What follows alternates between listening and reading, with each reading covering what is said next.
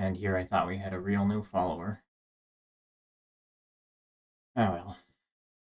Welcome back. Sorry it's been a while since you've been streaming. Yeah, life's been busy, getting ready for summer.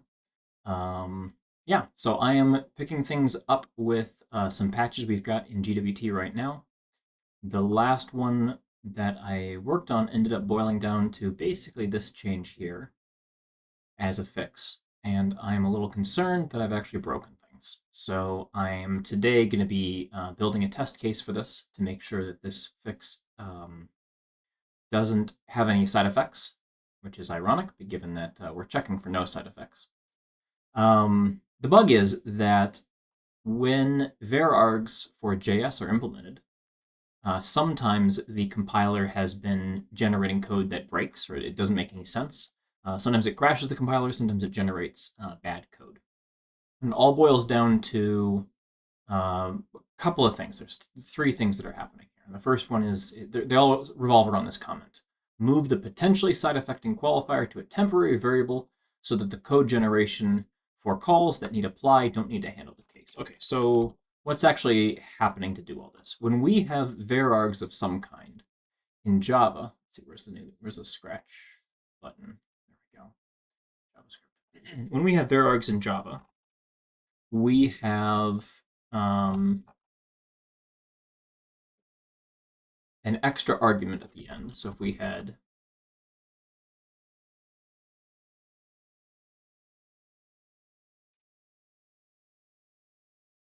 right, that ends up getting passed, or when you call it, it ends up being called as if there was an array there. So whether you pass this or whether you pass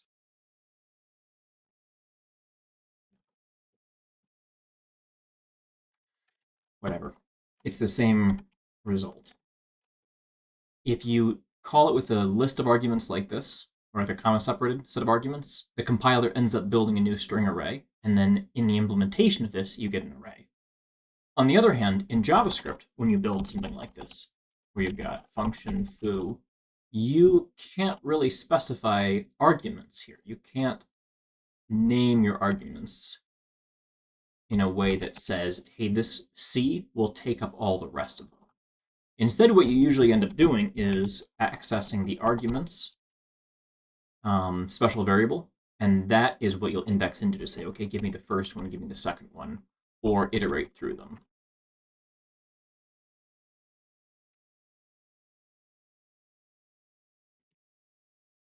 It'd be nice if this worked. There we go.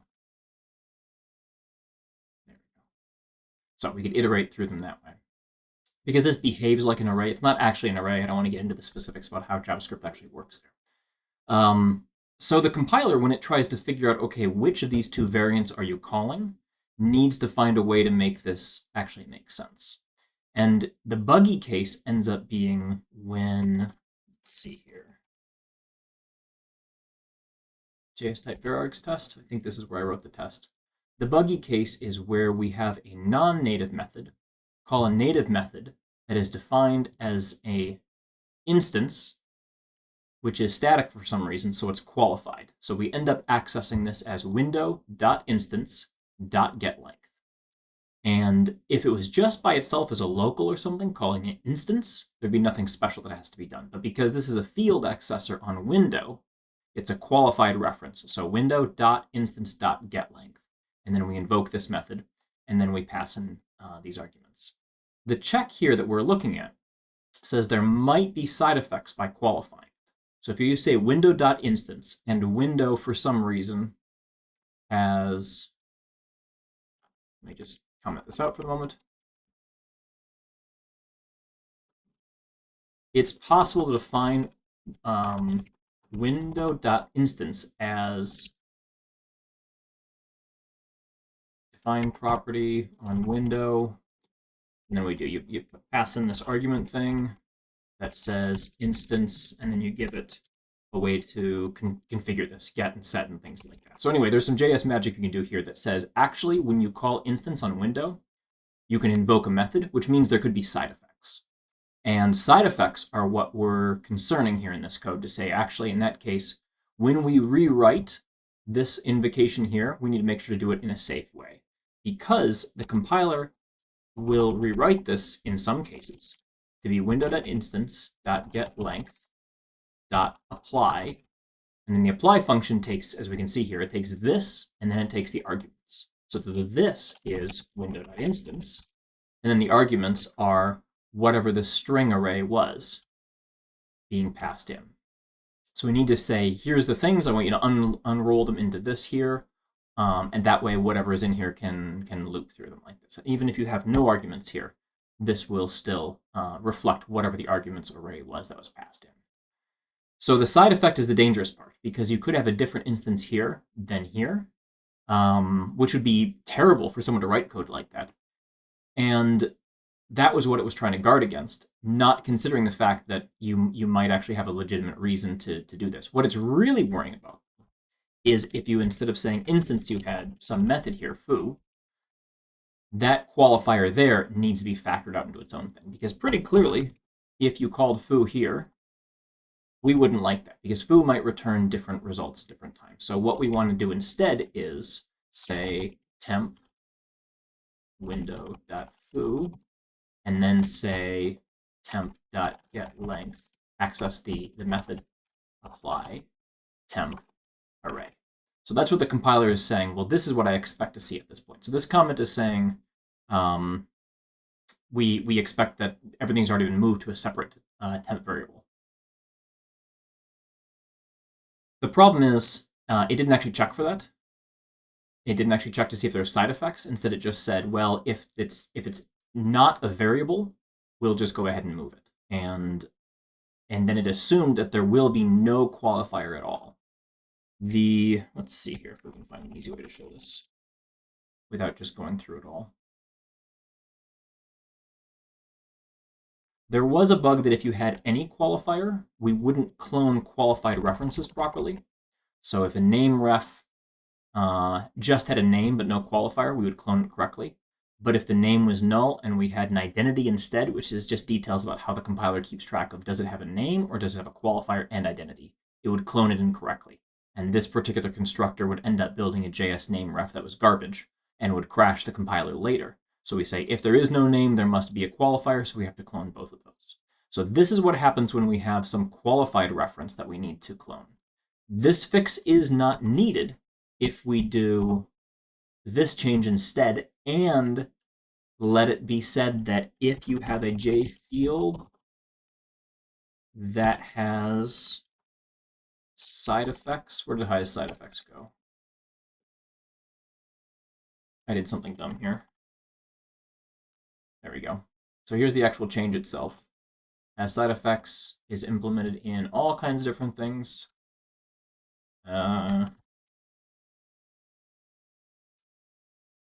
Specifically, we want to have the variable ref for fields. So here's has side effects. This is the specific change here that I added to say if this field is native. Did I do that backward? Has side effects. I'm afraid I did this backward. That's irritating. If the field is native, then we should be saying true. So my tests have been passing, but I've been getting lucky. Great. Great. If the field is native, what I had intended to say was, let's go ahead and pretend that there are side effects, because someone could write that define property or was it called define property? Yeah, define property, which gives the accessing that instance some kind of a side effect. But the more I think about it, the more I think this is dangerous, because if a field reference has a side effect, then it isn't safe for us ever to remove it, because you could end up with something like console.log 1, 2, 3. Okay, so that you can't really compile out, right? There's no way we could compile that out. But if you somehow did compile out the log call and just left console, which is really window.console, and somehow that was the only thing you had left in your code, that could not get compiled out. Okay, so let's take a different example. What if you've got an element of some kind? And you want to ask it for some reason, there, div. You want to say, hey, div, what's your ID? And I'm going to do something with that. And we'll say ID equals this. So instead of create element, this is probably get element by ID, my div. This is a very terrible example because I'm accessing the ID. So let's, instead of ID, make it class list. Class name. Class name. All right, classes. And then we do something with it. Hey, Dean.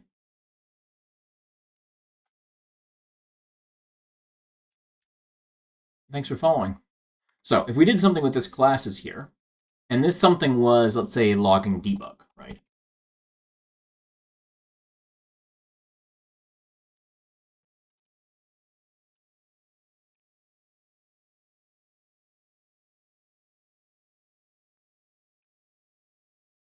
If we did something like this, which is not unreasonable code. I mean, it's a little silly. It's a little contrived.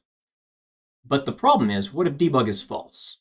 Well, the GWT compiler is pretty smart and says, okay, if debug is false, I'll get rid of this. Let's go find these method calls and get rid of them. And now with that method call removed, and I'm going to comment things out just to make the point of this has been commented out, or this has been compiled out. This has been compiled out, and then do something itself has been compiled out. But if actually accessing class name has side effects, it can no longer be compiled out because we don't know what those side effects are. I mean, hypothetically, when you call class name on an element, what if it actually did something? But if we're accessing it as a field, we want to say that has no side effects. It better not actually do anything. The way the code used to be before I added this was, well, if the instance is not null and the instance has side effects, and the instance is, in this case, the expression you use to get the instance, then the field reference itself will have side effects.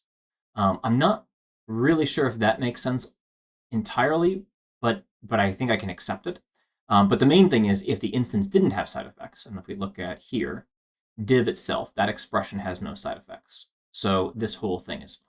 But if it did instead,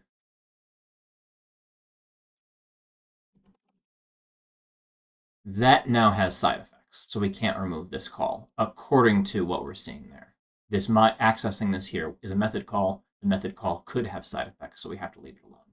And just to confirm that, if we look at jMethod call, which I don't have open,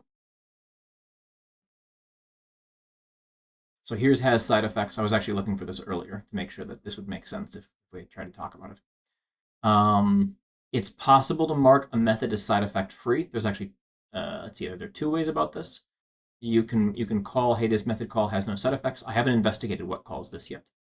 But you can also say, okay, if it's static dispatch only, if that's false, then do we have side effects? I guess would be, no, then we would say, sorry, if is static dispatch only is true, then we would check to see if the message is static. The method is static. And if the method is static, sorry, one more time, let's get this right. We use the or of this to decide which one of these to do. I wish this was expressed differently. This is just a little hard to read. This is probably why IntelliJ is yelling at me. It would like this to be expressed differently. It wants me to get rid of the true at the end. That's what it really doesn't like. If the method is static dispatch only, then we'll check to see if the method has side effects. If the method is static, then we'll check to see if it has side effects. But if both of these are false, then we just return true and say, yes, it definitely has side effects. So the only way we might return false to say, nope, no side effects here, you can go ahead and inline me, is if the method itself could return false for has side effects. And has side effects for a method is only set in two places in the code base. One is when you are making calls static. You can say, well, I just made a static version of an instance method. We'll go ahead and copy if it had side effects. So that's obviously not useful for us. The second one is when we build the AST itself. If you use the magic annotation has no side effects, then we will say this method here can never have a side effect. We'll just go ahead and ignore that. But if you don't add that annotation, all methods have side effects. And the opposite is if you have a field, fields never have side effects, even when they are in JSON or op. So there was a discussion on the mailing list recently about whether you use getters and setters or whether you use fields when you're writing your JS interop to model JSON objects. For JSON, it won't matter because you don't have side effects with your getters and setters. But for other use cases, it does matter because calling methods, even a getter method, as far as the compiler is concerned, always has a side effect. The exception there is if the compiler is able to inline and get rid of your method, then it's able to say, well, the method's contents had no side effects, therefore you have no side effects here. So since I've already broken things here by saying, does this have side effects? Yes, JS methods always, or JS fields always must have side effects. It's quite possible these tests are going to fail now, and I need to try that out before we get any further here. So let's look at the recent tests I've run for varargs. And I think that's in this core.js interop suite. So I'm going to go ahead and run this. This is going to take a minute or two. I've also been trying to set up a quick example project that will let us try something with using a build. Oops, I did the wrong thing here. Switch to user, build here. Trying to make a quick sample project to just say if I use that custom build of GWT, what happens to the compiled output? Can we real quick get an application running and see what it would look like?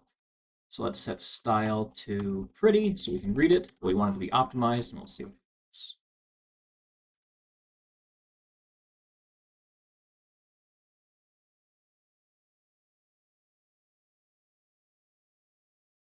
All right, so this is running tests. Let's try building out this separate sample application, and we'll do kind of the same thing we wrote there before.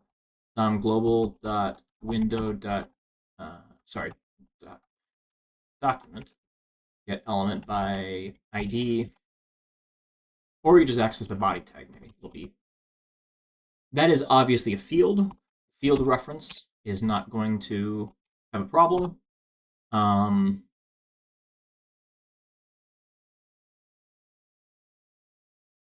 Let's make a debug property that we can do something with.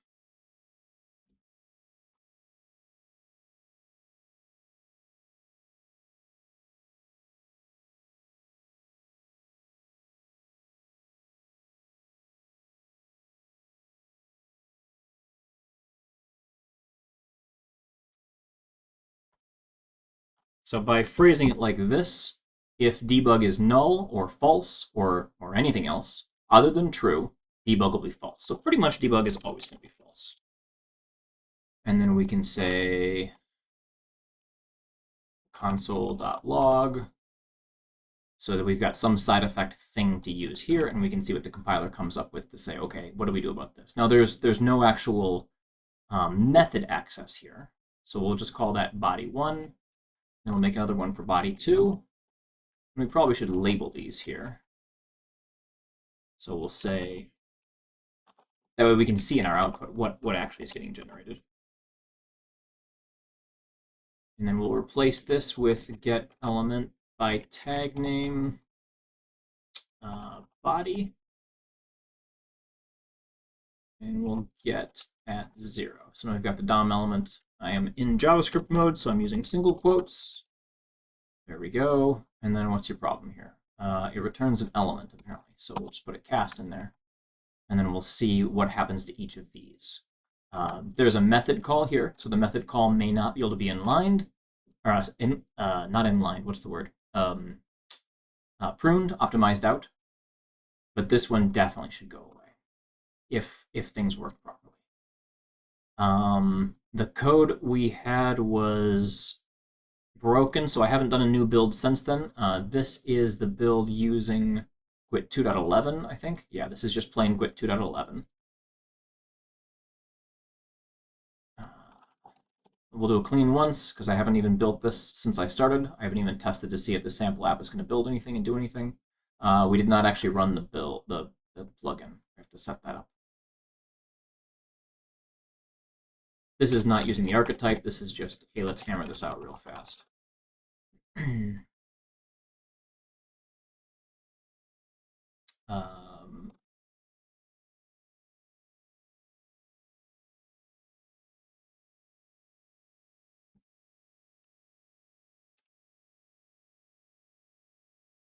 we go. I'm not using the archetype, I'm not using packaging.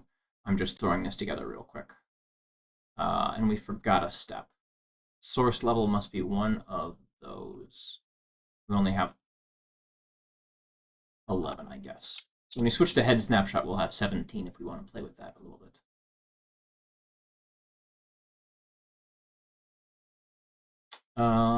Could not find com example. Oh, we need to make a sample here. It's been a little while since I used this.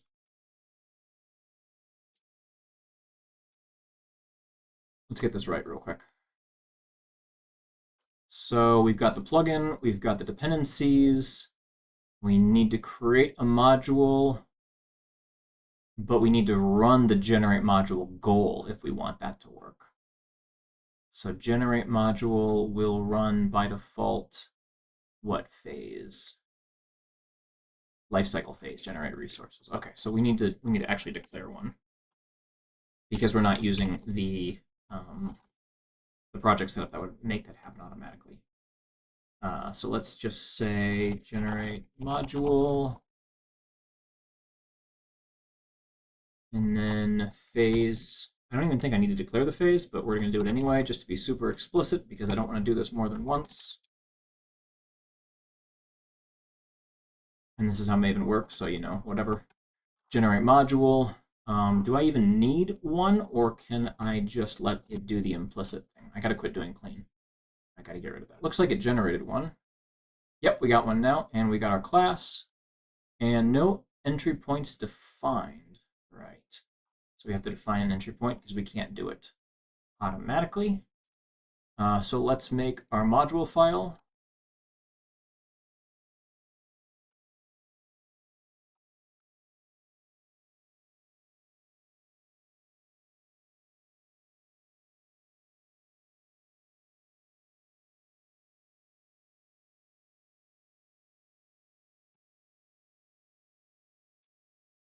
I am worried that I named these things the same. Is that going to cause a problem, or are you going to be okay with that? Oh, it doesn't mind. Okay, cool.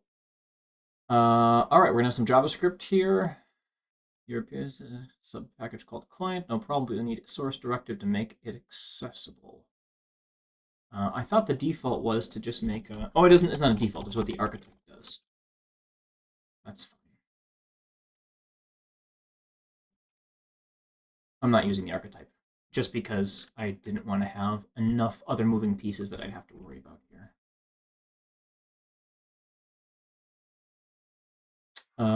It seems to be correct there. Path equals blah. All right, I don't want to fight you right now, so I did something dumb. We're just going to go ahead and make a package called client and move it in, which means I can get rid of the... Oh, it might be because I wrote the word client there. We'll see. Finding entry point classes.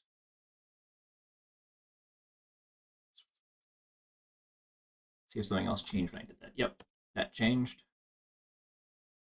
So it refactored it automatically for me. Example app client app. And I don't have the elemental stuff, which really for me is more of an indictment of this approach of let's use this new Maven plugin to automatically generate our inherits. Mostly because they didn't get Google on board, and Google's going to do whatever they want.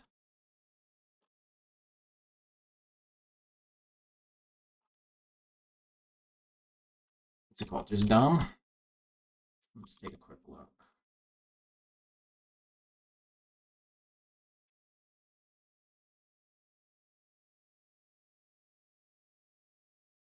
Capital D, lowercase om.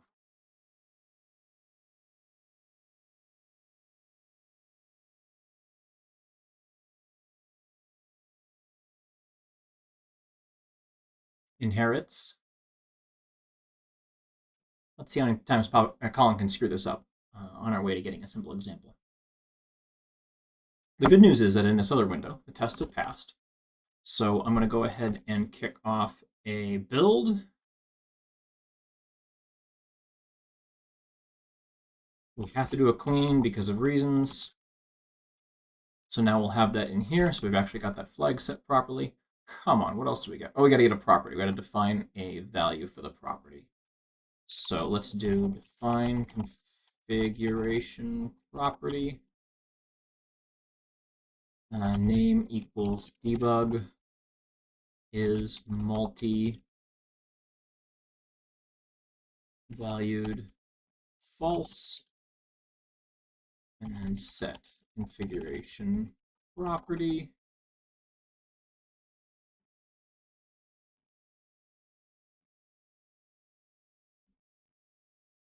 Because I don't want it turned on by default. I think that's right. Let's check real quick. Over here, find a configuration property that is in GWT itself. I think like compiler parameters is the best one to look at real quick. Yeah, here we go. So is multi-valued is going to be false. And then we have to set property for one of these configuration properties. Okay, those don't actually get anything set for them. Here we go, set configuration property, name and value. Okay. Oh, and if we go over here, we see it's actually been successful. Let's look at our super simple JavaScript, which will only have like 3 lines most of code, plus or minus all the boilerplate that we need just to turn on GWT. So let's look for our entry point. GWT onload will call initialize modules, which will go through these function lists. I'm not seeing the obvious thing I would look for here. So let's look for console. Nope, because we turned debug off. Document. Here we go. Okay, cool. It does our document get element by tag name body 0 and casts it to body element. But it doesn't assign it to anything. And then it also has this document accessor. I guess that is just part of DOM global itself. That's the class initializer there. It's unfortunate that it generates that code, but it is what it is. But this must be our constructor here. Let's put an extra console log before and after so we can see what's going on there.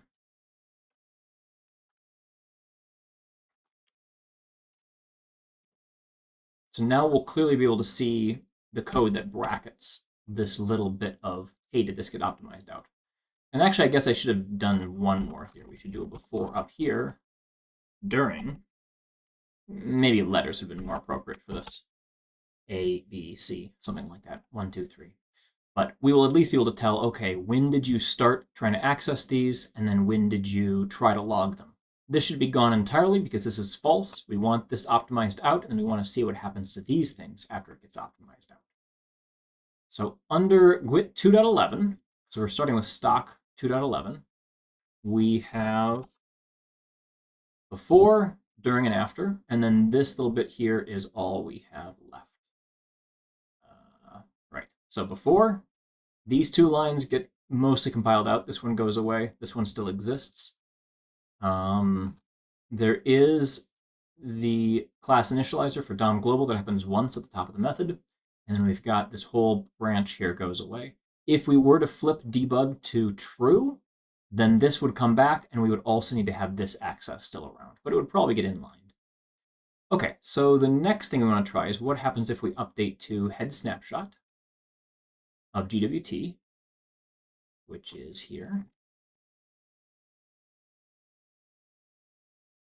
And then I need the sonotype link for snapshots. And we'll add our repository here.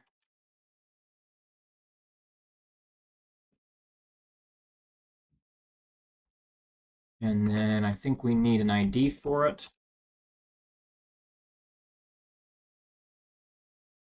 And I think we need to say it has snapshots. We'll see if it figures it out for itself.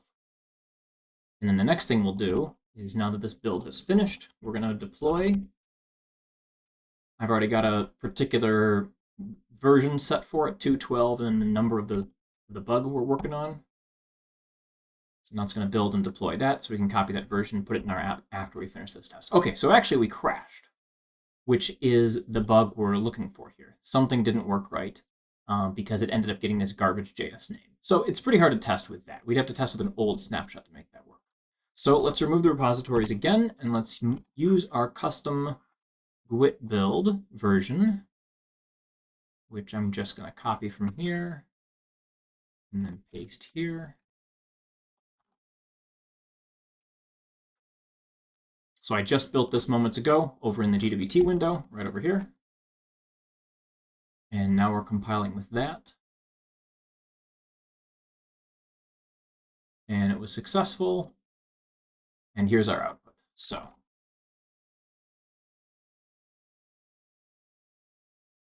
we now have, before, we have the body element. We have another. So here's some varargs garbage. This looks buggy to me still. This, despite having fixed it, we're still doing the apply call. This is what exposed the bug to begin with. So the bug that originally I was after has been around since at least GWT 2.8. But there's something new happening now when we updated the GDT version, where GWT thinks it needs to do some maneuvering to get all the arguments to make sense here. The problem is apply doesn't work this way. If we look at... So actually there's still a bug. We need to find a way to test this. Apply takes two arguments. And they are the instance that you apply them to and the arguments, which should be an array. Which means if we say console.log apply console and then a string, we're probably going to get an error. So I think that code is actually broken. Let's try it out real quick. We'll copy it pretty much verbatim, side by side here.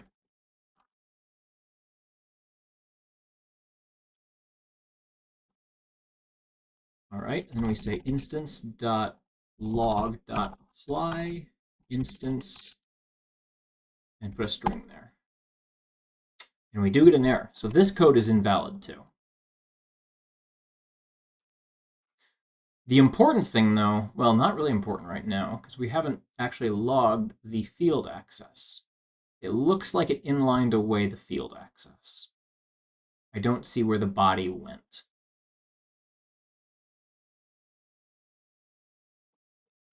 So maybe what I'm concerned about doesn't actually matter with this thing here. I'm pretty sure this is a bad move though, in general, which means we don't need the other change I made. So I haven't found a way to make this matter here. That is something I still need to focus on. I guess it's going to be longer than I thought just to hunt this down today. I was hoping I could just test this and clearly show that this was broken if we have side effects, because it can't optimize out using the property. Let's try one more thing before I give up and move on, because the next thing I need to address is why are we rewriting this so that you have a string here when it should be only an array here. So if we instead log a property access like class name, right, which was initially what I was showing as an example in the JS file. Now we're saying this property here is the thing that might get optimized out, but also this one here. Any of these properties here might get optimized out. And if we're saying that field access has side effects if the field was a native field, that might cause this to be kept around even though we're not able to log it. Well, it says maybe not, because this is a if debug which wraps the whole thing. So we may need to factor this out into a local first. Let's see what we got. This looks exactly the same. We do the console, we call the instance on it. We grab the body tag using the method, not the field. The method never can be optimized out because we don't know that it's safe to optimize it out. So that's not working yet. Let's try one more time here. Let's make a local for each one of these. And we'll put them outside of here. That way we can say, what happens if you did access that? Because now that has to be executed before you get to here. And if this doesn't show the bug, I'm guessing it's because it's taking this and rewriting it to here, but I still don't understand why it's not hitting that, hey, your code is native, you must not optimize that out. Yep, no change. Okay, so I'm modeling something wrong about this. It might be helpful to get a breakpoint here and run the debugger and see if we catch that and see if anybody even cares or if nobody's even calling this. There's lots and lots of places that care if you have side effects. Dead code elimination really cares about it, and we have to make sure, hey, there better not be any side effects, otherwise you can't remove that. If you have an expression statement and it has no side effects, it can be removed. But apparently something is saying this has side effects. It's also possible I've screwed it up and we don't have the right version here. So let's do one more thing here. How long did it take to build this? 4 minutes?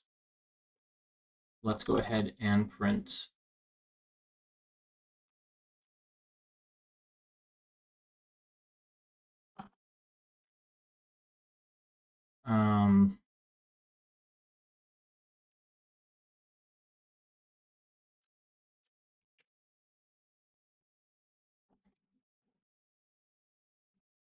this is gonna spam all over, but we're gonna go for it anyway.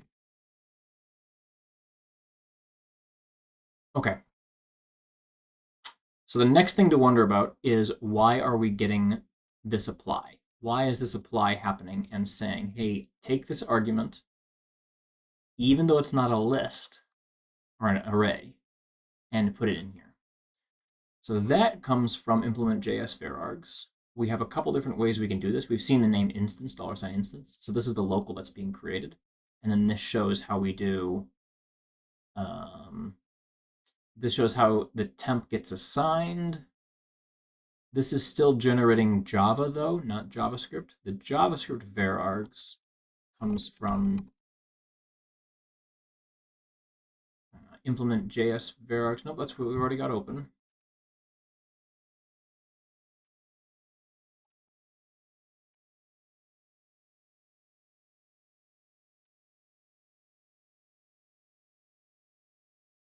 I must have misread, because that seems to be the right place for this.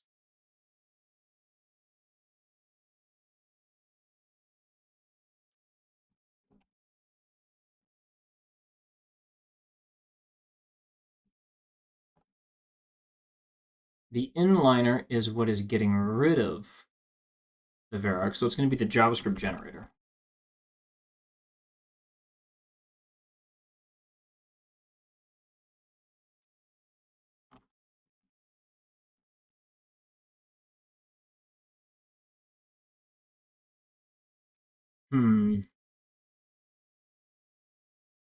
This should just be normalizing the Java side. And this talks about how we're going to result in an apply call, in which case hoist the qualifier to make sure it's only evaluated once. That's fine. And then something else is going ahead and implementing the JS itself, but obviously I'm not seeing what it is. This is our normalize call, which comes before we start generating JavaScript. JS normalizer, construct the JS AST. This is probably it here. Generate JavaScript AST exec.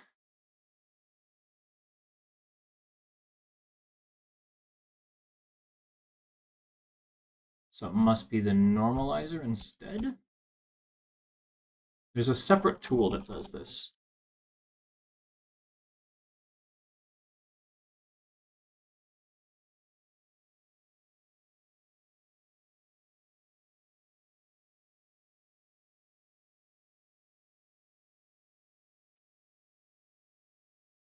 It's not that one, no?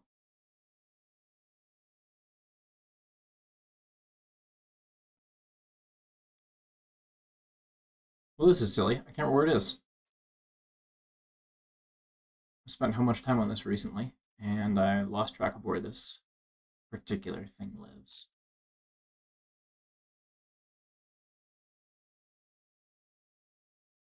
So let's look one more time here. Current method is JS method varargs. I don't think that's what we want. We want to find out if the last property is varargs itself. JS utils, here it is. Okay. Hey, look, there's breakpoints. You can tell I've been here recently. All right. Create invocation descriptor, create invocation or property access. Okay, so here is where we say either just directly call it, we call it using method.call, or we call it using apply to make varargs arrays work. And these call styles come from here. If the method was a JS method with varargs, then we need to decide which are the non-vararg arguments to put them first, and then everything else goes into the last one. And something about this check here is not working. Before we start a debugger up there to figure out what that looks like, here is our build. Let's go ahead and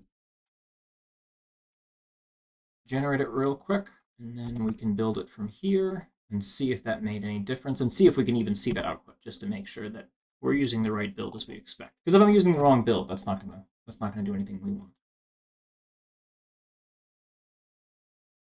Wouldn't be the first time that I made a custom build and then didn't actually use it.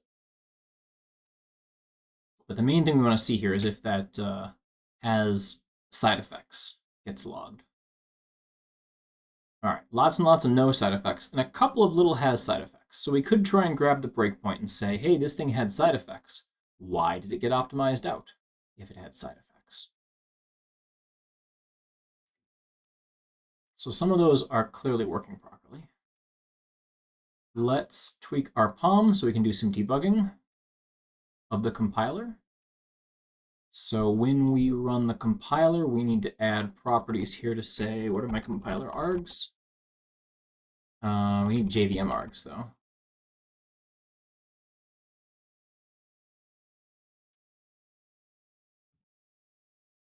And then I have this right here to say, here's the JVM arg we use to say port 5005. We're going to suspend. And then I've got my finger on the debugger here. There we go. So now we will catch this here when it would have been logging one of these and figure out what it's trying to do. Okay, so right now it is doing some switch case stuff because that's one of the other bugs I've got on my plate to figure out. So we'll just go ahead and disable that for now. I probably have some other not so helpful breakpoints. Debugging does slow down the JVM a lot, especially conditional breakpoints like this one here. So we'll just turn that off. Turn that off. Serialization, we're not going to hit that anyway. All right. So here's a case of this reference has side effects. And according to this, calling .length on a string has side effects. So that's pretty awful. We definitely don't want that to do anything. And what is it going to be side effecting? It's doing something about how long a string is to what? Check to see if it equals something else. This looks like stack trace stuff. Trying to figure out if it can optimize out that stack trace. And it's going to say if it has no side effects, we can remove it. So we'll step return and say, yes, I have side effects. Yes, I have side effects. Yes, I have side effects. Yes, I have side effects, which means you can't remove me. So whatever it is, we just prevented it from being compiled out, which is not great. Here's another one, which is the length of a array, I guess. JS utils, uncheck cast to return. Again, it's a string of some kind. So we're going to say, nope, you can't optimize me out either.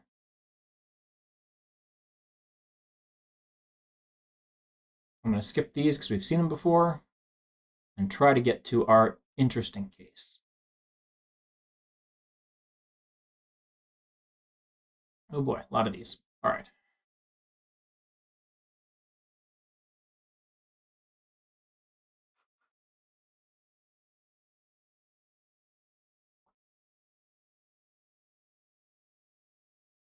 Still chugging away. We have not seen any side effects in a while. We don't seem to be getting one of these fields. So I wonder if field is JS native is doing what I think it is. Enclosing type is JS native and not overlay. Okay, that looks right. But it went ahead and finished compiling without calling again for one of our field accesses here. So it never asked to say, hey, does this field need to be compiled out? Does it have side effects? And so do I need to do anything special before I remove it? Or is it safe for me just to remove it entirely?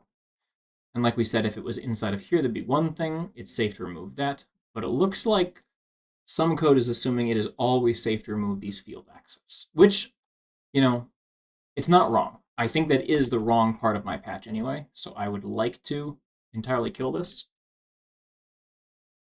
We already have the other fix anyway in the cloner by saying when you clone names, make sure to clone their qualifiers as well. That's this piece here.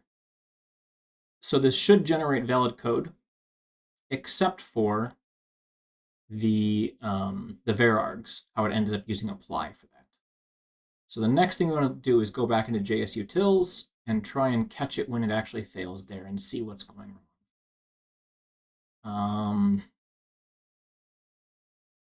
This happens after this. So we do need a build that gets rid of this junk now that we've decided it is garbage, which is another 5-minute wait for us to get this build. We have to do clean, by the way, because the code server can't be built twice in a row safely. It will fail the first time. So a clean is necessary, or you just got to build it twice in a row. That's just an unfortunate detail about working with Ant, or at least the Ant setup we have here. Okay, so just double checking here now that we have done that build and we were successful, make sure we still have this console bug. Here's where it builds that. Here's all of our consoles, and here's where we're just calling log.apply with a non-array for its second argument. Okay. So where would that be coming from? Let's go back to JSUtils and sort of work backward from here. It's trying to figure out what the arguments need to be here and what the call style should be. And the call style says we need to use apply to handle the varargs array. But the call style is wrong. We need to somehow tell it needs varargs apply is false. That way we just go ahead and add all the expressions here. In order for this to be false, we need to say the last argument is not an array literal. And it isn't an array literal. It's a string. But somehow it is being told, yes, it's an array literal. Last argument is an array literal. And so it's just going ahead and appending that as the last argument. So that's obviously nonsense.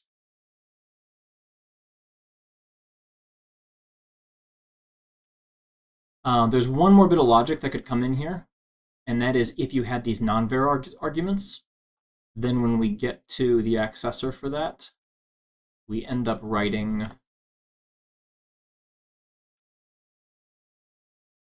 this prepare arguments, which will say, here are your non-vararg arguments, dot concat your vararg arguments, to say, let's make a new array that has all of the comma-separated individual arguments, and then all the arguments, varargs arguments, shoved into one big array.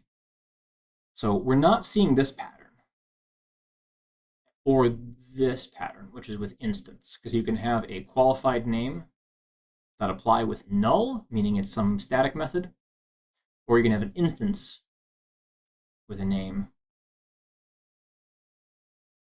And then if you don't have other varargs, we can use just plain varargs array with no concat.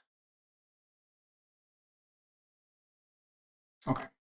So what we want to know is what the argument was that it thought it should be an array literal.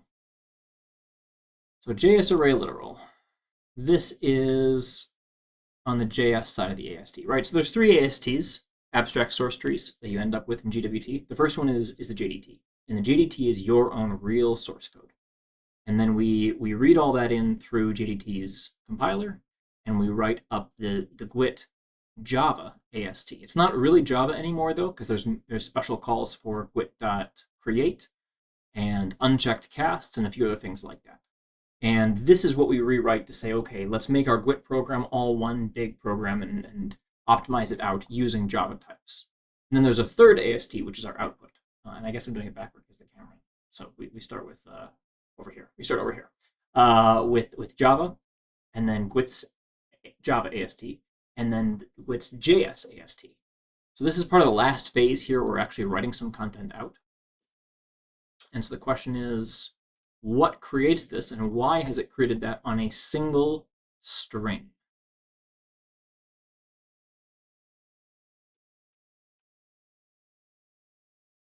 So this gets created in a whole bunch of places.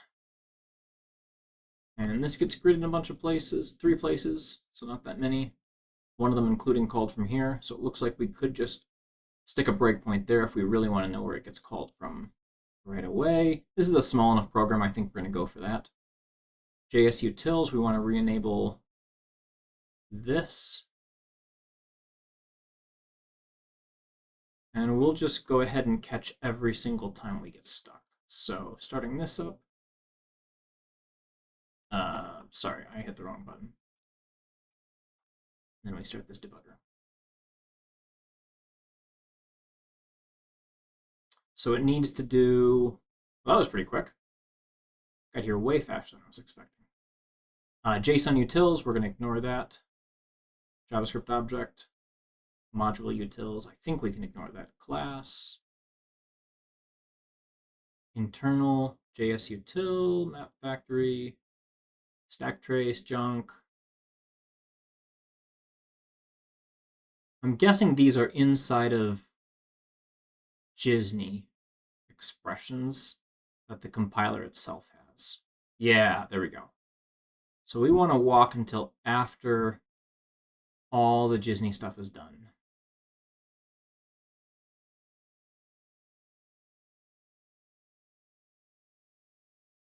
Collect methods is called from here, which returns to here.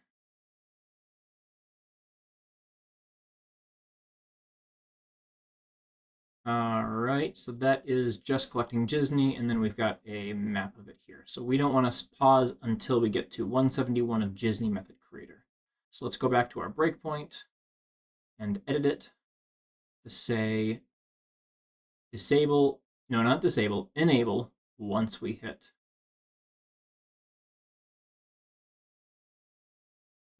How do you enable it once you hit?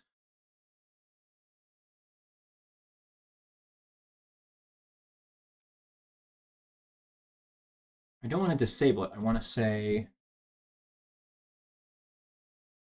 don't use it until we hit the other one. I thought there was a way to do this.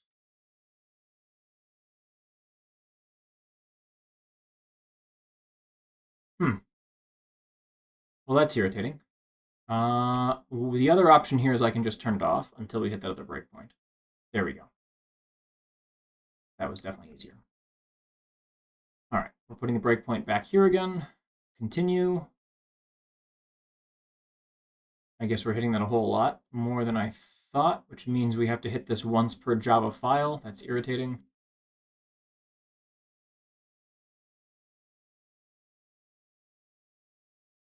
We're still in JDT land here. Is this per compilation unit, or is this all the compilation units? Yeah, this is all the compilation units. Okay, great. And now it should be safe to put that back in again. I guess I've already had the breakpoint back in again.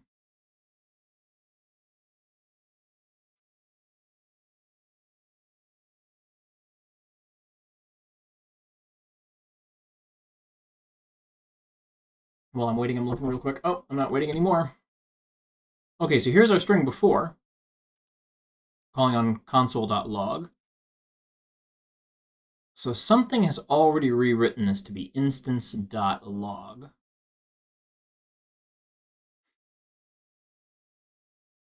So the JS $sign instance, remember, came from the JS varargs tooling, implement JS varargs, which makes this instance because it decided you are going to need this because it has side effects. You failed this check here.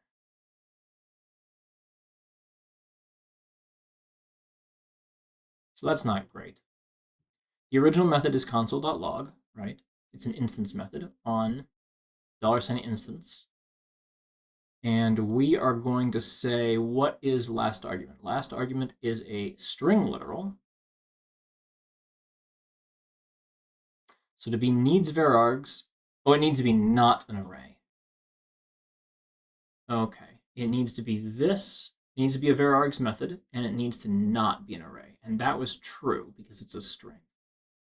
So then non-vararg arguments, we slice out the last one and we wrap that. It says here we have to cast it because now we know it already is an array literal. But here it's just going to go ahead and pass it straight. It's taking the last argument, which is before, the string before, and it's going to say that is your vararg argument. But it's leaving it without wrapping it as an array when it actually generates the JS. So the vararg argument gets passed here, and then it's consumed here. This is a function one. We're going to get into the static version instead, like this.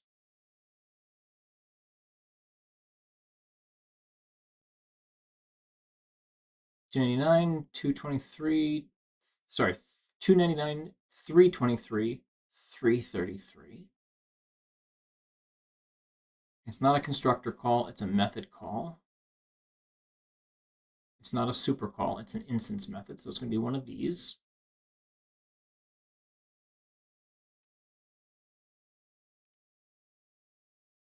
All right, we're hitting this now and saying I need to emit in here. Non-varargs is empty, so we just return vararg. Okay, but this concatenates them. Shouldn't it be wrapping this in an array?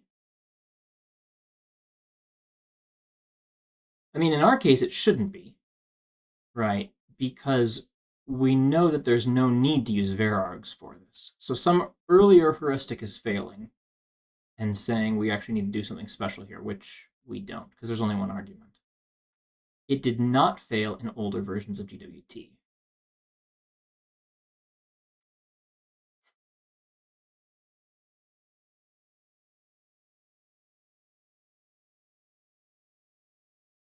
So let's catch it a little bit earlier here. Let's start over and catch that instead. Passed as an array to varargs will result in apply call, in which case hoist the qualifier to make sure it's only applied once. So we need to fail this check to not replace it. So why are we passing that check? What is it about this? We know that it is a varargs, true, so we pass that. If the varargs argument is an array, so that's the last index, because in Java, your varargs is always the last element. So we always say that's where it's going to be. Grab it. If it is a new array, then we can just go ahead and inline the arguments. Great. If the argument type is nullable, we have to wrap in a null check. And then we have to decide if we're going to transform it like this. Okay. We're going to need to turn off the breakpoint in JS array literal because we're going to hit it a whole bunch.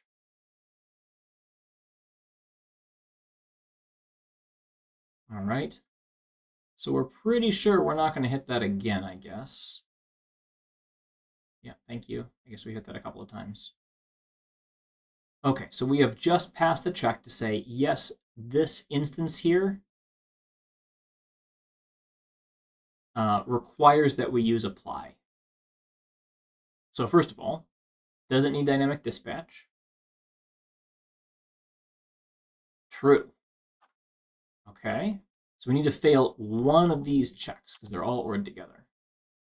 Is it static dispatch only? True.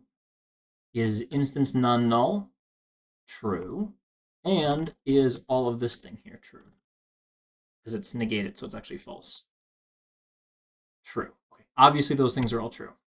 The instance is a field ref, which is a kind of variable ref. We've got right here the type hierarchy. Variable ref has local refs, field refs, and parameter refs. It's a field ref. And the instance, which is the field ref, has side effects. Is that true or false? That's not what I meant. Let's go back to the debugger. Alt F8. The instance has side effects.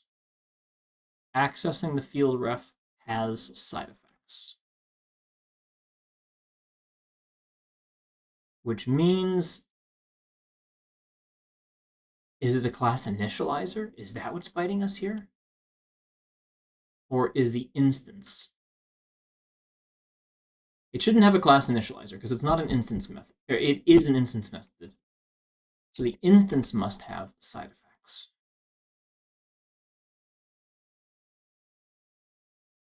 All right, here's the field ref. Instance is null, so it can't have side effects.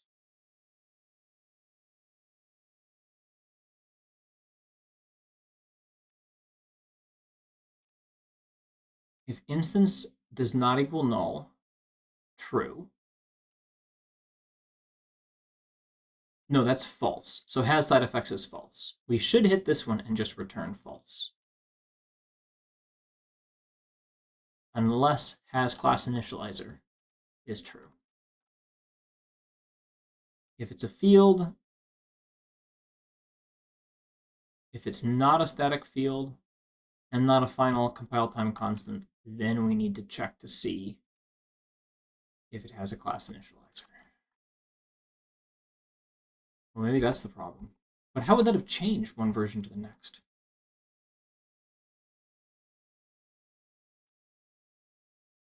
It has a class initializer.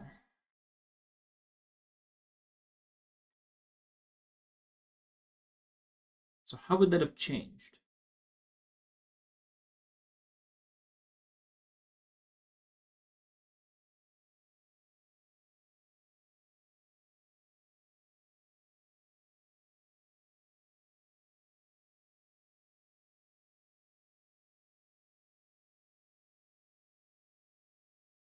It should be doing this check to say, in my enclosing type,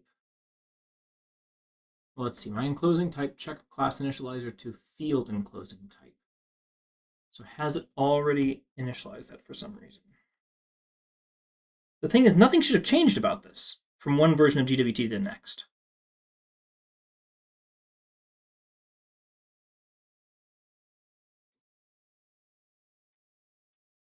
I think I'm going to need to get 2 IDEs going, one for each version of GWT, and try and hunt this down.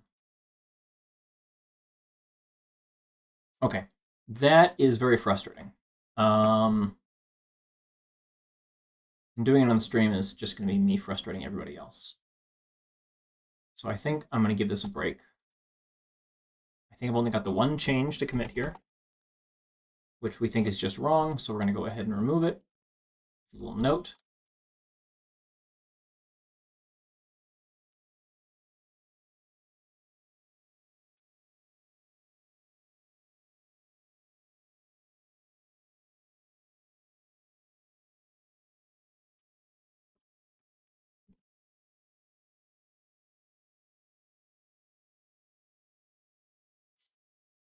Okay, I'm not going to push that just yet because I'm not very confident in what I've done there. Okay, so switching gears a little bit, we've got records. Java 14 records. Let me pull up the PR and pull up the spec. So for those who haven't followed Java 17 stuff, in Java 16, the new record feature was released. And this basically lets you, instead of having an immutable class where you've got lots of fields, and then you have to have a constructor that declares those fields and assigns those fields, and then you have to have accessors, and you have to have equals hashcode toString, lets you boil all this down into just this. This one line of code expresses that entire thing. You probably want public on it if you want to use it more than one place. You express what it can be constructed on and what the fields are going to be and what the accessors are going to be, and it generates all of that.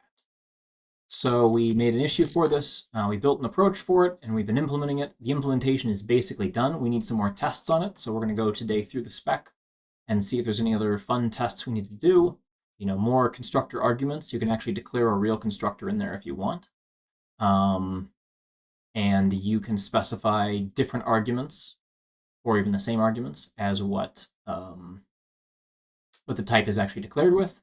You can do normalization in here, and you can assign the fields if you want to. This lets you do some other magic in there if you need it. You can also declare for yourself the methods and say, well, I'm going to do some check in there, and I'm going to normalize them in some way. You have to be a little careful. This is considered bad style because you're actually changing the value it returns. You should probably do that on the way in instead of on the way out. Records are not classes. They can't extend anything. This is a compiler check. We don't have to do that. Record class is always final, can never be abstract. Again, we don't have to take care of this. You cannot declare instance fields. The compiler will check that for us. So this is all on the GDT side. GDT will say, okay, can you do this? And then our AST has to normalize it into some real JS types. And then we can emit the JavaScript. Let's see. Explicit declarations of a member that would otherwise be automatically derived must match the type that's expected. Okay, so again, the compiler is going to check that for us. If you make your own accessors or equals or hash code, please be careful that you don't do dumb things. Okay, that's more of a should than a must. Record class cannot declare native methods. That's an interesting check. So that is going to be kind of a pain for that's going to be a pain for JS interop if we ever tried to map it to that. Now the good news is we pretty much can't map it to that. So maybe that doesn't really apply. I'll have to think about that a little more. Instances of record creation are created using new. That's fine. It can be top level, nested, generic. It can have static methods. You can declare instance methods. I guess we should check static methods, and I think we have other instance methods already. You can implement interfaces. That can be handy. Nested types are allowed. You can annotate things. Okay, so here's a gotcha that we're going to be discussing with the Google team a little more. I have this open right now, so we can do this work. If you stick an annotation on a component, and a component is one of these things here in the type declaration, it's as if it automatically adds that annotation to both the field and the method. The problem we hit with that is if you end up annotating a component as JS property, then the compiler will say, oh, I should apply this to both the property and the method, and you can't have two things that have the same name. Some cool things you can do, you can put it inside of a method, and then you can go ahead and say, okay, well, I'm streaming this thing here. I want to just grab these different things here. I want to compute some property and grab the object itself. And now you can go ahead and use this new type you declared in the rest of here and then unwrap it again and get the original type. So by adding a single one-liner here, you've now got the ability to make tuples in a single method, rather than having some pair type that you just use everywhere.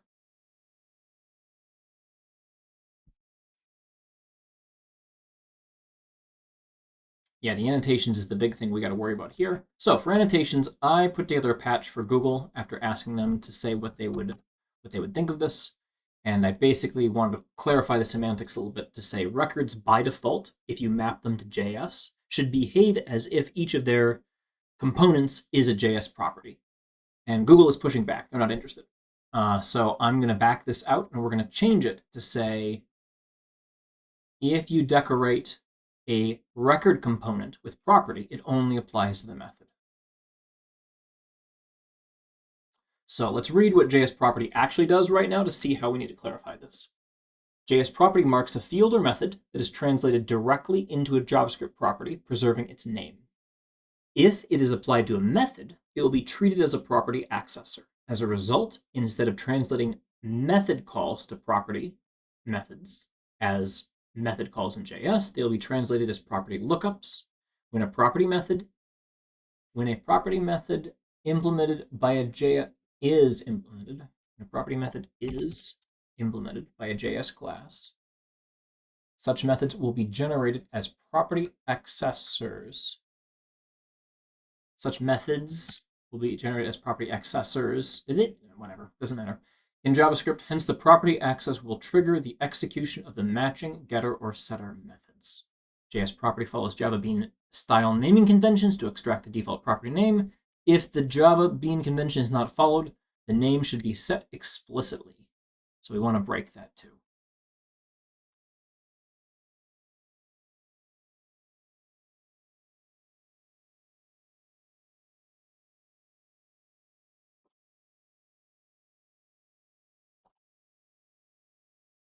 Let's try to see if I had any other style points I used here. A Java record.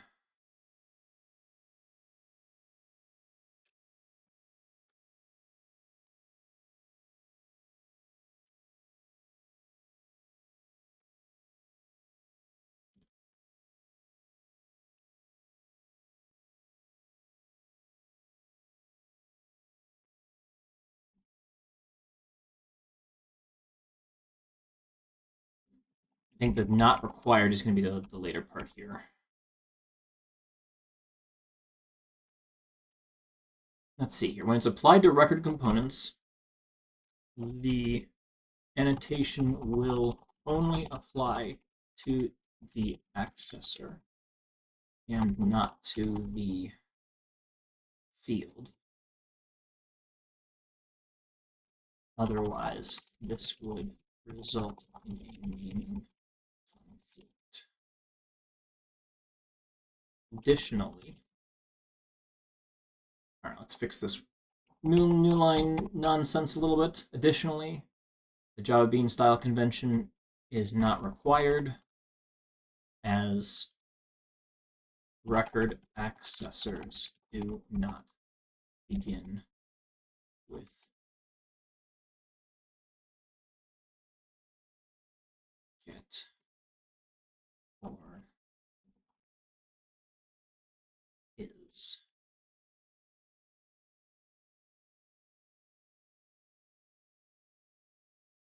Okay. So let's see here if there's a particular reason we're doing this. 100 lines, 100 characters. Rebalance that.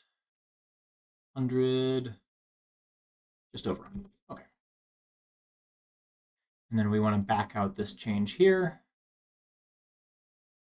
Show diff. We'll just go ahead and remove those 3 lines, I guess, then.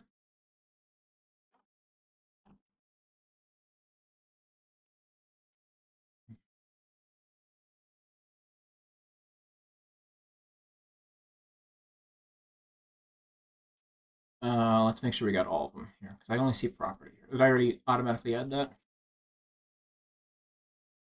Sometimes I just hit the keystroke to automatically add something to commit, and I don't check it too closely.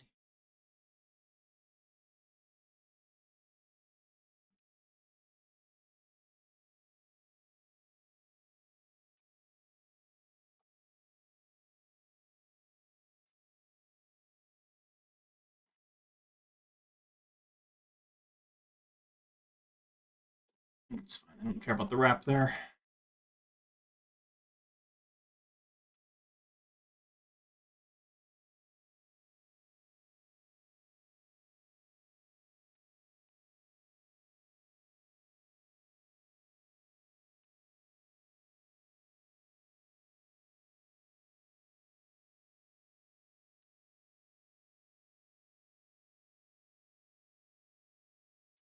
So let's see what we've got for the Google issue right now.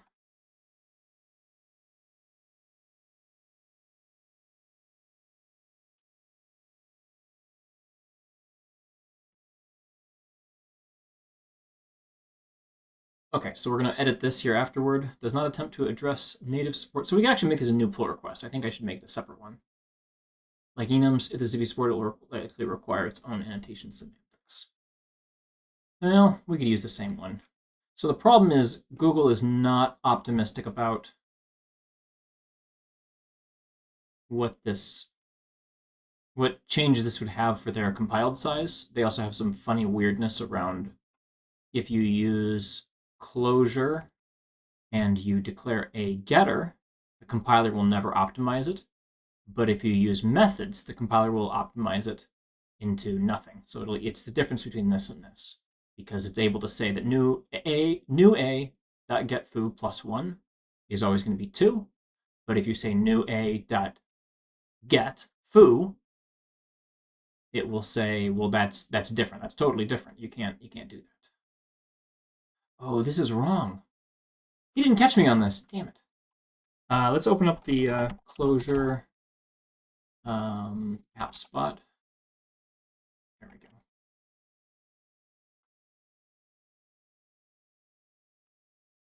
There should not be parentheses for this. Advanced, compile.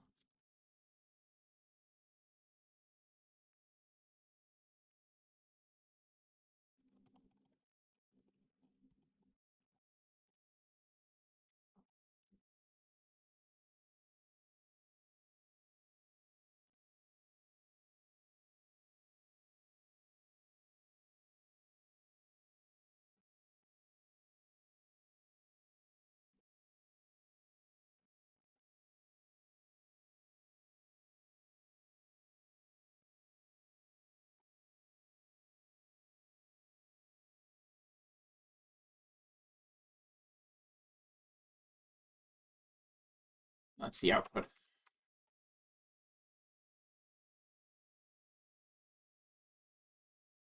All right. So this is our output, and here's our input.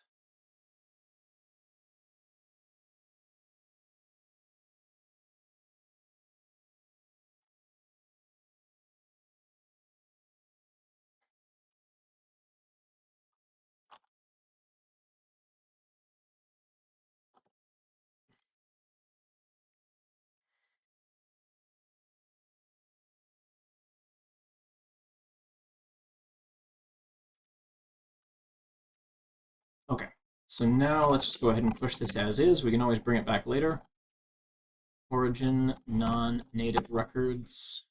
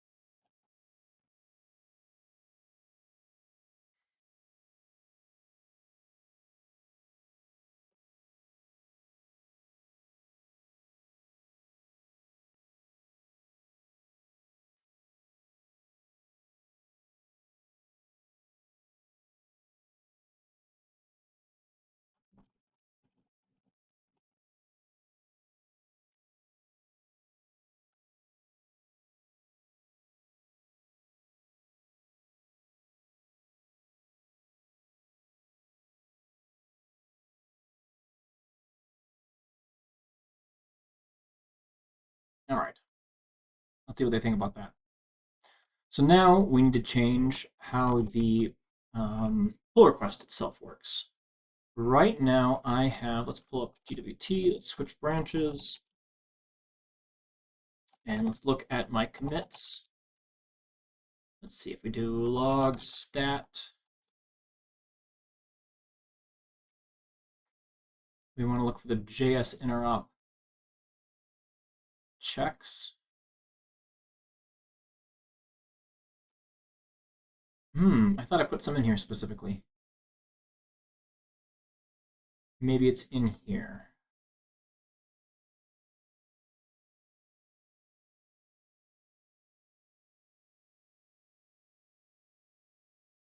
Oh, I gotta fix that. That's dumb.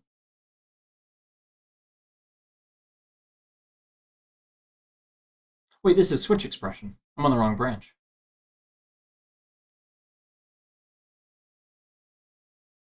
There we go.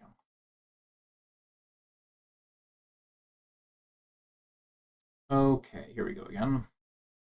So here's a bunch of test stuff. A fix there, I guess. Test, tests. Apparently a bug in implement record components. Here is JS interop. So we first want to roll back what we have changed here and possibly rework it. Where's my commit? Here it is. So if we look at what's in the original commit for making JS interop work, we said if it's a record accessor, if it's a method record accessor, call it a property. And then we define record accessor as being if the method has no parameters and the method's enclosing type is a record type, is not a record type, which means it comes from object, or a non-record type. And then we check to see if the type matches a field exactly.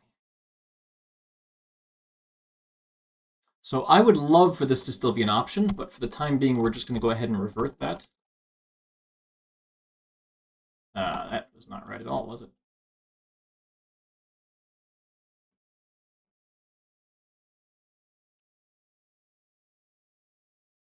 Okay, so now we got to try again. Different way of doing this. Originally, we were putting this in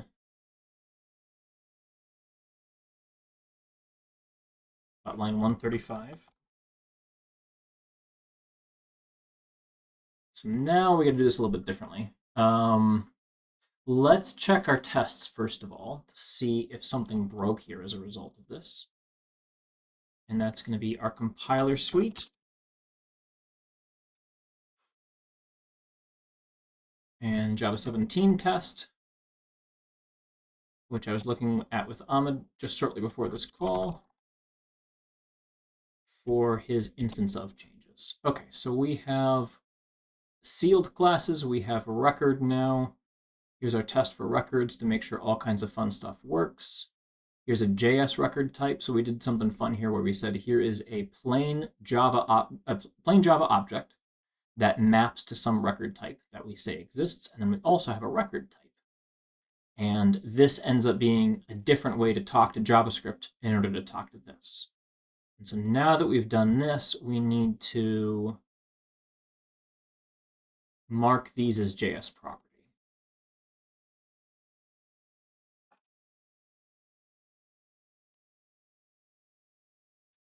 To make sure they're accessible. And the first time we run this, odds are the compiler is going to fail. We're going to go ahead and kill all the rest of these. We need a suite to run just because that's part of how the supersource magic works. Compiler suite. That's not right.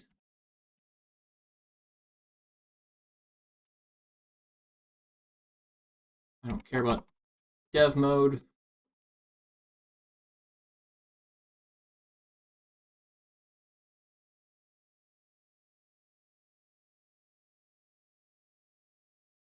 And then it's a bunch of tests back and forth to make sure that if you construct it one way, you can access the other. And then we also try constructing it from JavaScript to make sure that the constructor is accessible. We should do one more to make sure these behave as methods without that. Or maybe we just have one of these be methods. Let's rewrite one of them to be a method and one to be a property. So it'll be public native int value, and we'll get rid of this. Oops. So this does not have a property on it, which means it needs to be a method. And then we need to access value here with a method call.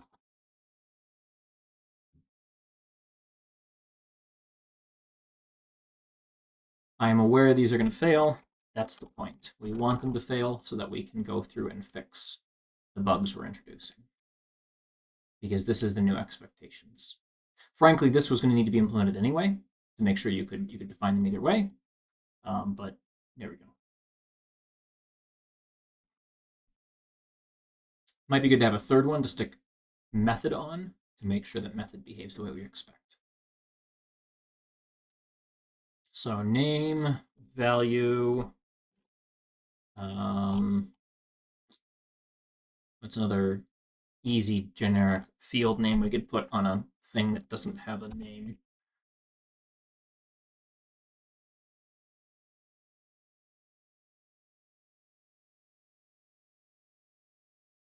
Make them recursive.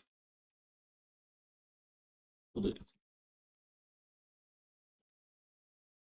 So by putting a method argument on here, we're saying this applies to only the method. The way that components work is if this annotation can't be targeted to both the field and the method, it'll only be targeted to the one that makes sense.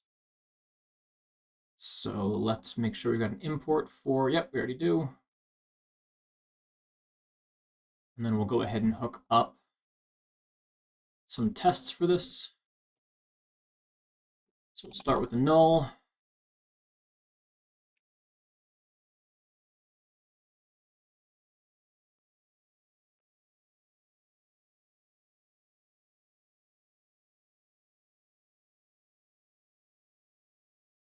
We need to go ahead and populate. Wait. We already did method.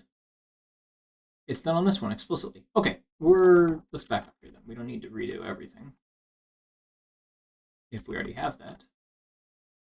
So this is record 1, this is record 2. Record 2 specifically targets method, and we're going to leave one a method and one not a method, but both should be exported automatically and should still work because method is now the default.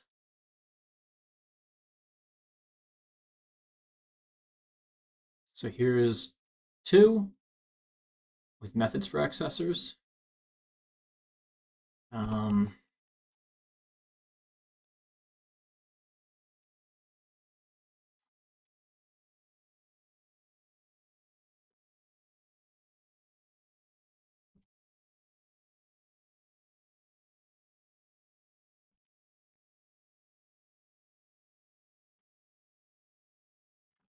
Okay.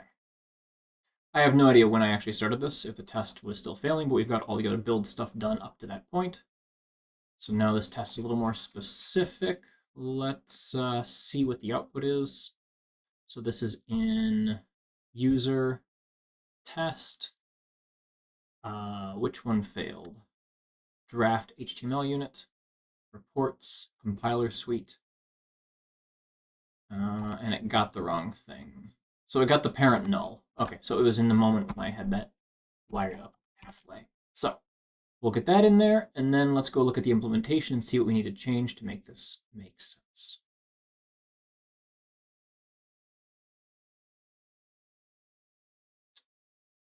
Let's see here. We need to go to, where do we need to go? We need to say it should default to methods now, which is already the default. We'll return method here. What's the member type of something that isn't described in a particular way? It's a method. We need to make sure that the property annotation propagates to, wait, did that just pass? Cool. That surprises me. I would have expected we would have had an error there with some of this naming stuff.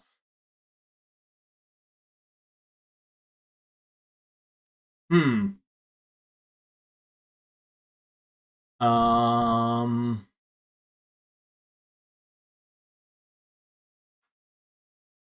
Build successful. I don't believe you.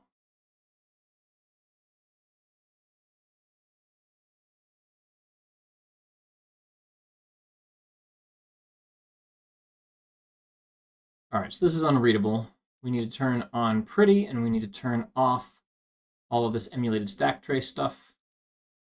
Ahmed and I figured this out the other day as part of some other source map stuff he's doing.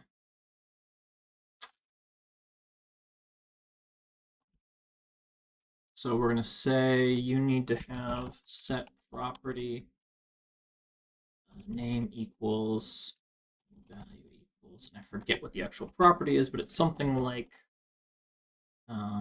source maps. Use source maps as true or something like that. What is it? Something parameters.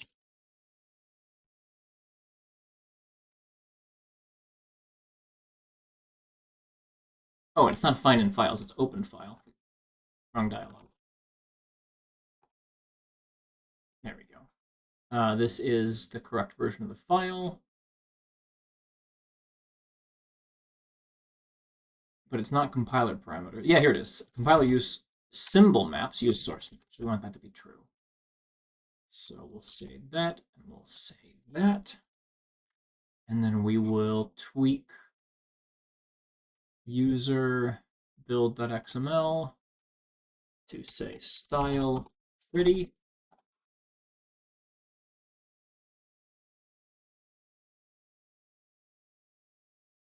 And then we'll be able to read the generated JavaScript and see what's going on. So let's see here. When you add an annotation to a component, it should apply both to the field and to the method accessor. So the question is GWT doing that for us, or are we just somehow getting lucky with naming that it's not coming through right?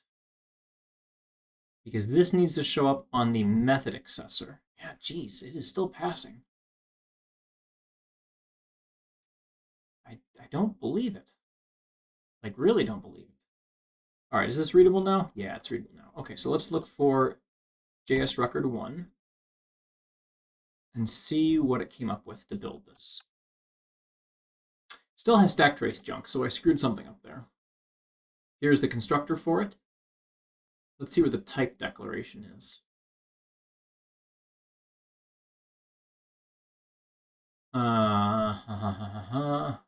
This is the class initializer. This is the record itself. It takes name and value. It assigns name to name and value to value. Presumably then it emits a name and value accessor. Here's name with a 1 on it and a value with a 1. Okay, so how is that working in the test? Because the test should emit a native type here with name and value as properties. Value returns this value 0. So value 0, value 1, and name returns 0 and 1. Okay, so what's the test doing so that that works?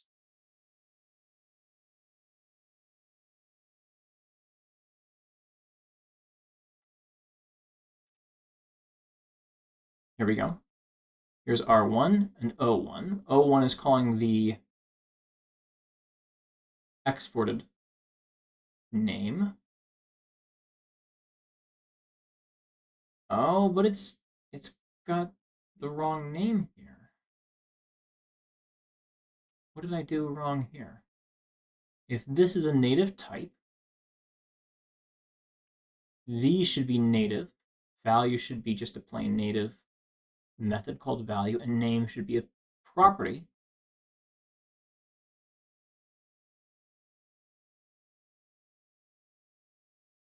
Well, that's garbage. Is my test just dumb? Did I do something really silly here? R1. Oh yeah, I did. Look at that. I created O1 and then I tested R1. Well, that's just nonsense. I bet I did the same thing down here. Yep. Your test's passed because your test is wrong. Okay, so it definitely doesn't work the way it's supposed to. That's good to know. Let's look then to figure out where we should be reading the component annotations from and applying them to the annotations for the field and the method. So this is somewhere in the compiler. Construct the AST. Is that what it's called?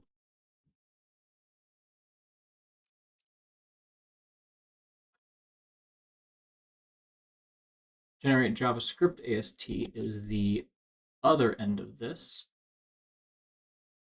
Java to JavaScript compiler. Is this going to do the JDT thing? No, it's I've got the class name on the tip of my tongue. Quit AST builder. There we go. Don't name them consistently or anything. That's okay. Record. So we've got some specific record code here to say for each field. Make sure we wire up the potential existence of each of these accessors, but it doesn't yet actually build them. If it's a record, we make it a record type, and then we add the members to it.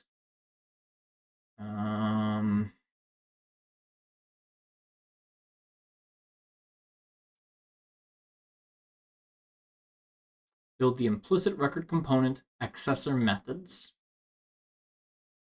So I guess it must take care of fields, because I don't remember building fields. Oh, I guess we go through the fields. The fields were created.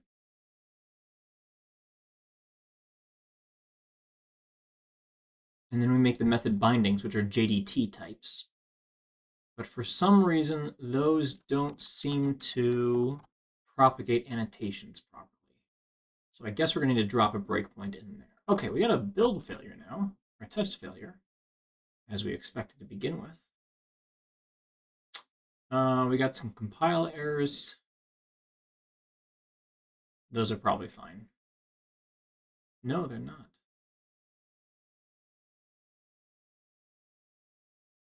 Name cannot be resolved or is not a field on line 180. Oh, this one, yeah, this one's wrong.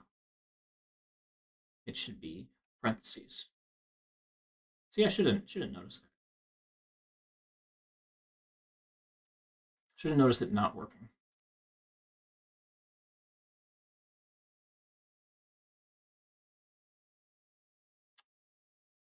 Okay, so I think we're going to want a breakpoint in here to say go through each field and figure out what defined the fields, and then see why those annotations weren't copied.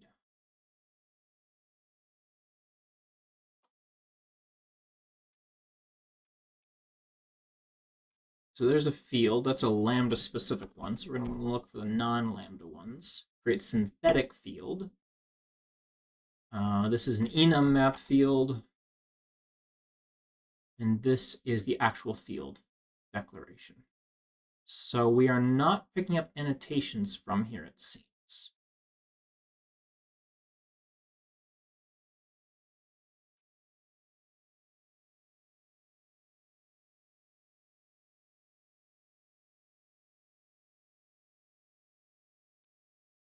All right, let's check that failure.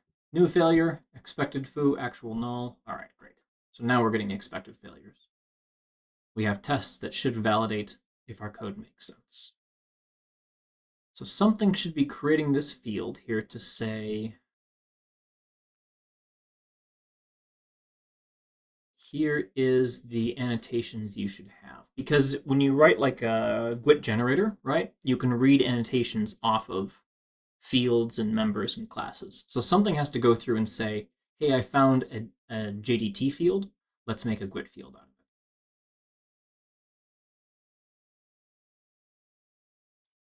Access modifier, so that's going to be like public-private. Field disposition, what's that about? Oh, okay, that's just some metadata about it. Binding is static or not. Type, enclosing type, name.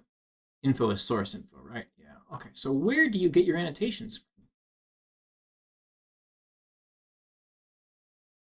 It extends variable, which extends node. Does node have annotations? No. How are we getting annotations to begin with? Let's look at the other J field, the one that is specifically for generators. Annotations come from field.annotations. Okay. Oh no, that's a copy constructor, sorry.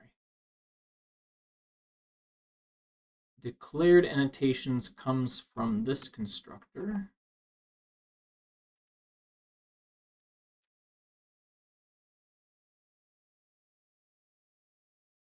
New hash map, resolve annotations, declared annotations. It's going to build that as it goes.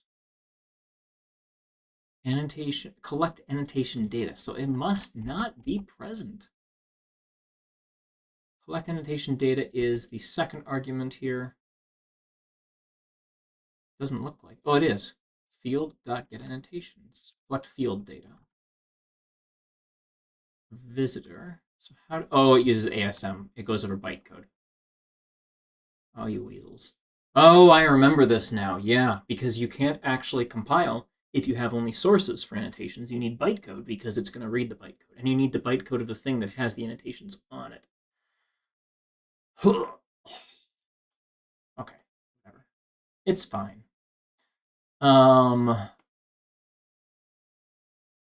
You sort of understand at some point why Google said, actually, we'd rather start over with Jackal than tackle technical debt from just stacking it up. You sort of begin to understand. Because this is at least, I want to say 3 or 4 teams in at Google of iterating on working on Google itself. You had the first team with like RJR, and you had the next team, which was the Atlanta office, and then it moved out to San Francisco. The Atlanta office had all let go at the same time when they killed the Atlanta office. And then you had Goktuk and Roberto and everybody who are running things now. And I guess at some point in it, they just decided this really isn't worth it. Anyway, it's frustrating at times to try and dig in here and figure out how far back you've got to go to understand and what the different generations of stuff are. So this is JS Interop specific. We are not dealing with it at this stage. We need to go quite a bit further, quite a bit earlier here and look at this. So the way they handle annotations then is during the AST builder, we go through and collect the specific annotations that are important to us and apply them where they need to go. And unfortunately, this means if x.annotations does not have the proper annotations, that means that the GWT is not reflecting component annotations and field annotations. So that's frustrating. But that seems like a good place to start with a breakpoint.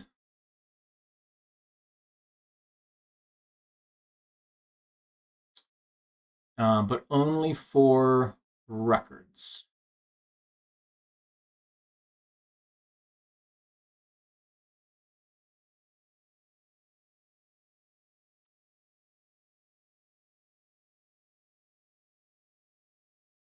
Okay, and then let's put this on our build XML as JVM args.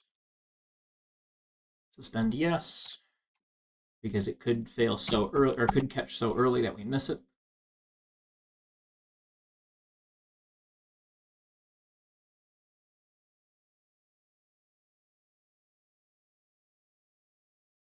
There we go.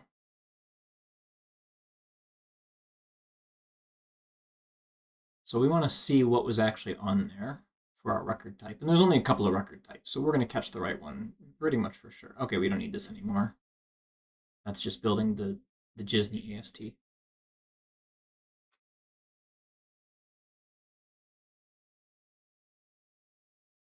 Specifically, we want to look at record 1's name and record 2's. Did I deliberately do that? Oh, yeah. I'm not sure that was entirely deliberately. They should be the same, though. It shouldn't matter. Either one of theirs names. So we'll just look at a record component called name. This is getting called many, many, many times because every single field and every single type on the class path ends up walking through this. So that's a pretty expensive little breakpoint. It might have been quicker just for us to add an if and then have it be compiled to bytecode.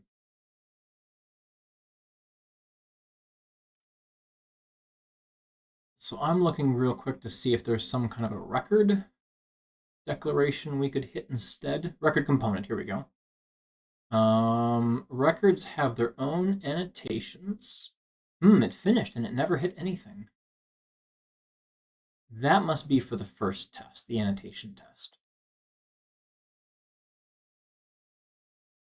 Anyway, record components, let's open that up real quick.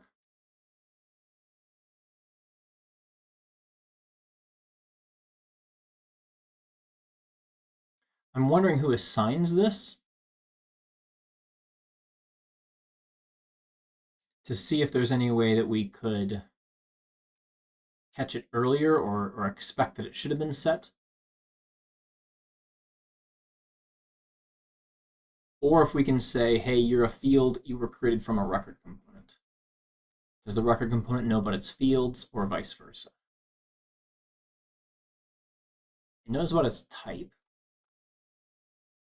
The binding has the record type that it was declared in.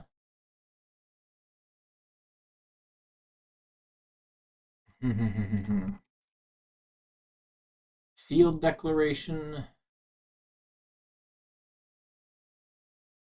is a record component. Okay, so we are able to detect that it's a record component and retrieve the record component and do something with that. Used in record components, but I don't think field declaration ever shows up in a record component. Yeah, no.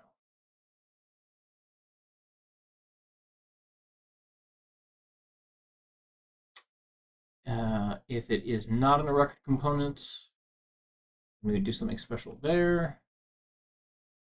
That's the verb record. There's an implicit, I guess, on something here. It's probably for printing the whole class. Okay, so that's really all we got there. So the hunch still is that we can just say, hey, if it is a record component, let's go and grab more annotations. I'm lost. Which file am I going to? Go to AST Builder. So I'm going to put a new line after it. That way I don't upset our breakpoint there.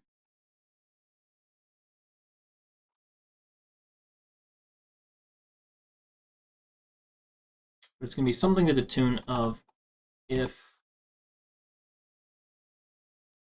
x dot is a record component, we will use the record component annotations instead. Are you allowed to declare your own fields in records?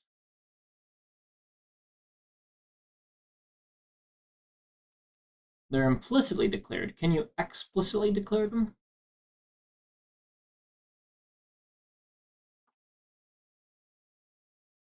Let's highlight all so I can read a little quicker here. The fields derived from the record components are final. The record class cannot explicitly declare instance fields. Okay, so that means these are always generated and you never could have put an annotation directly on them.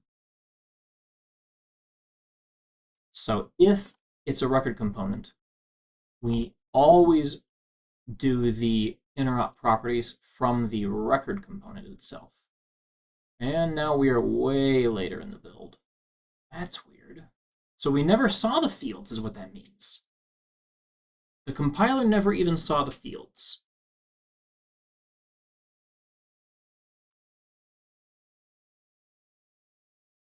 Hmm.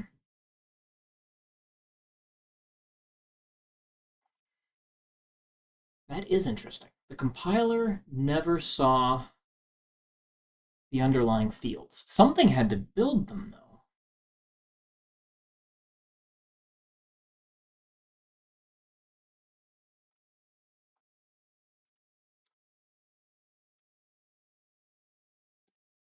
So here's the bit of code that we wrote that is supposed to implement record components directly. We grab each method, and then we, based on which kind of method it is, figure out how to build it. If it's a record component accessor, then we find the field. F is the field.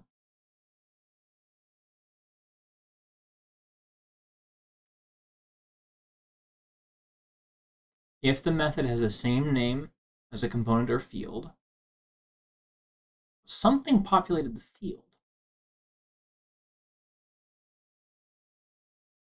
Otherwise, these wouldn't work at all. Do my other component methods, like the equals and hash code, access fields? Yes, they do. They iterate through, and they make field references instead of method references. Okay, so the fields must exist. Something created the field, and I am missing a step here for what should have done this. There's a null field, there's this empty field here, this is a magic one that's used for only specific things, and here's the real thing.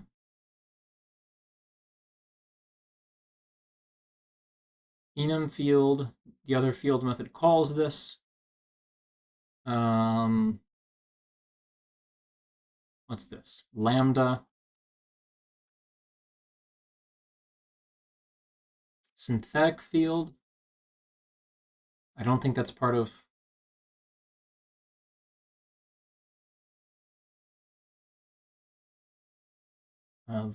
what's it called? Records. It's a type declaration. Enclosed instances synthetic. So those are like references to this from inner classes. And same thing.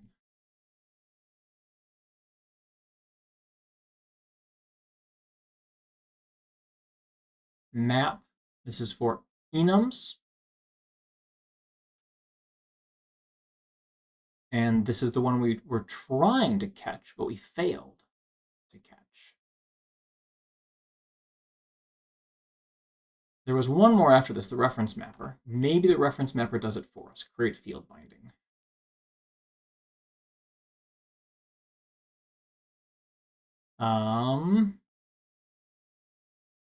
Enclosing type. So let's try that one.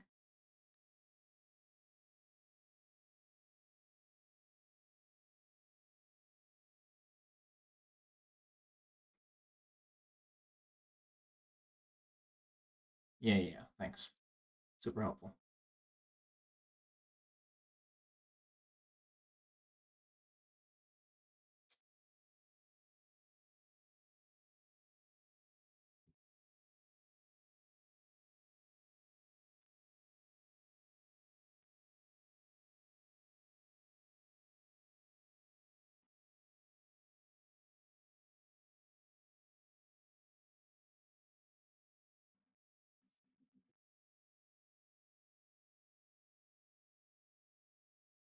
We went ahead and left that extra little bit of code in, didn't we? It won't do anything. We've already confirmed that it doesn't hit anyway. But we'll put a breakpoint there just in case we did something dumb. So we're going to go through this the first time for the annotation test, then we're going to have to continue until we hit the next one.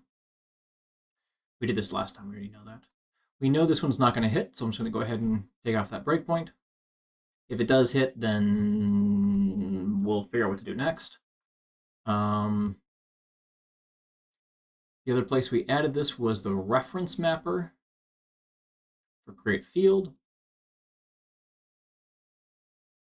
So it looks like this is some kind of implicitly created field that we need to give it a proper, we need to tell it, hey, here's your annotations.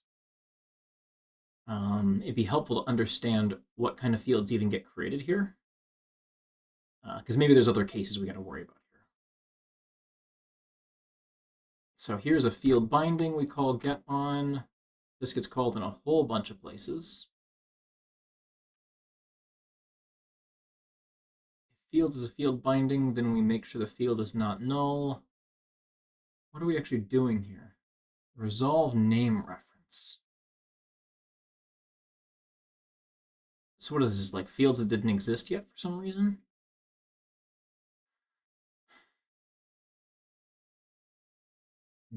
Don't like this, but in rare cases, the variable is only used as an unnecessary qualifier. GWT provides no emulation to the desired variable. And so we return null. Okay, but there's no other comments in this whole method.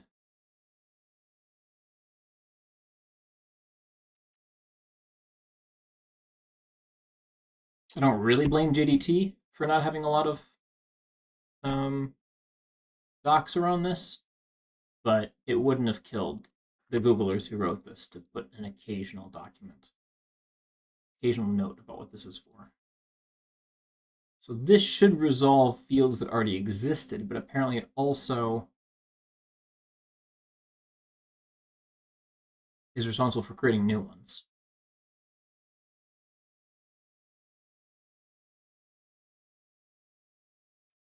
Here's a field declaration. That's the visit for it, not the end visit.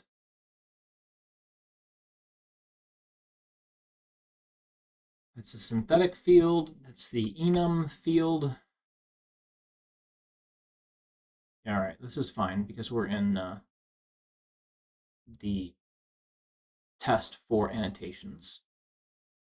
So what calls create field? Create field is called if fields are non-null. Oh, that might be it. If the fields are implicit, we don't get called for this. If you are a record type.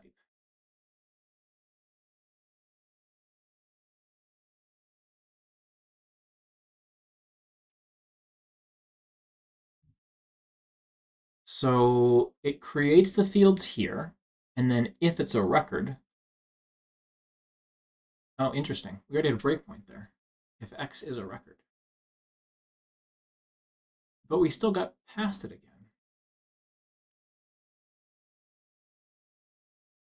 Is this dead code?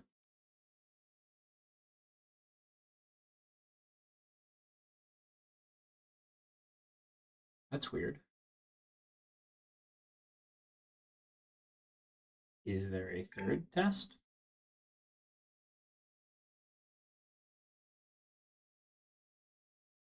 All right, I'm going to get some lunch.